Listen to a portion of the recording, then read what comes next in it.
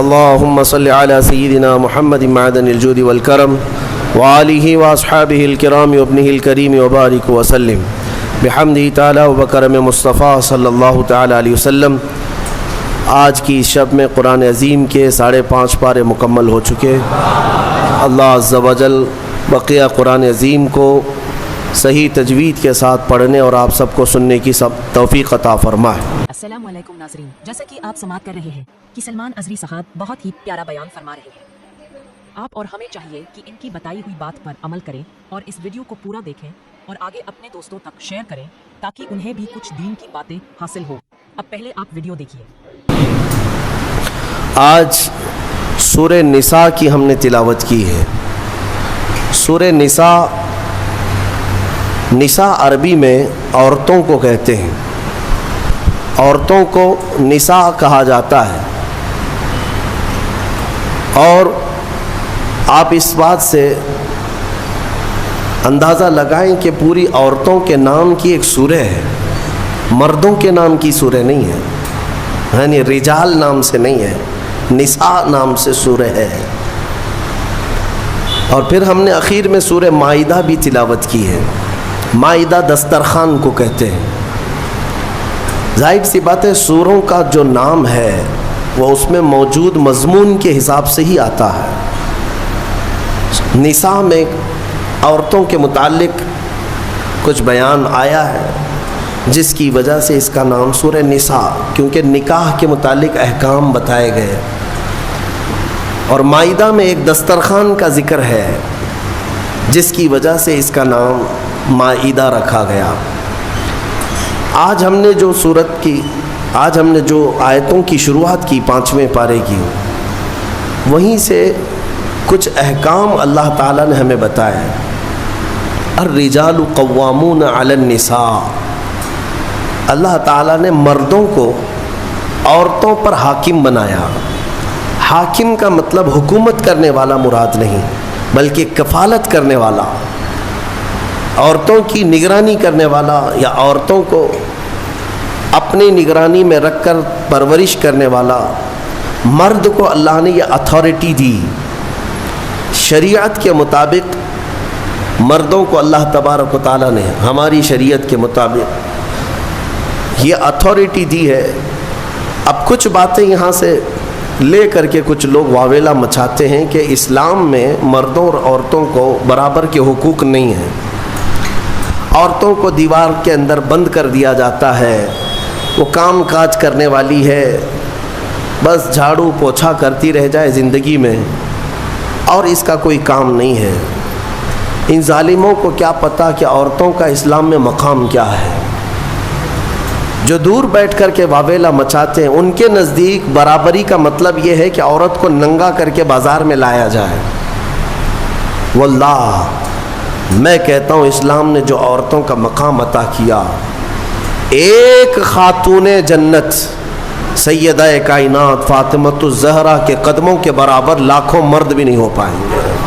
ان کا جو مقام ہے، یہ نہیں ہے کہ اسلام نے عورتوں کو کہیں گرایا ہے، برابری، بلکہ کچھ خصوصیات مردوں کی ہے وہ مردوں کو دی گئی، کچھ خصوصیات عورتوں کی ہے تو عورتوں کو دی گئی۔ یہ ایکویلٹی نہ ہونے اور برابری نہ ہونے کے جو دعوے کیے جاتے ہیں پوری دنیا میں ہیومن رائٹس یا ویمن رائٹس کے متعلق، کہ عورتوں کے حقوق کے متعلق، ان کو ایسا لگتا ہے کہ اسلام میں عورتوں کو حق نہیں ملا۔ اور یہاں پر بھی تو ہے، ہمارے ملک میں بھی، کہ ہماری عورتوں پر بہت زیادہ رحم کھاتے ہیں ہمارے پی ایم صاحب، کہ مسلمان عورتیں پیڑت ہیں، مسلمان عورتیں پیڑت ہیں۔ پیڑت کا مطلب مظلوم ہے۔ اب وہ پتہ نہیں کون سی مسلمان عورتیں پیڑت ہیں یا کون سی وہاں پر جا کر کے ان سے شکایت کی ہیں۔ ویسے تو ان کی خود کی عورت بہت سالوں سے پیڑت ہے۔ میرے عزیزوں، اسلام نے جو حقوق عورتوں کو عطا کیے، میں چیلنج کے ساتھ کہتا ہوں پوری دنیا میں کسی بھی کمیونٹی نے وہ حقوق نہیں تھی، وہ حقوق نہیں دیے۔ تمہیں پتہ ہے ایک زمانہ تھا جب عورتوں کو 5 زنجیریں باندھ کر کے بازار میں لایا جاتا تھا،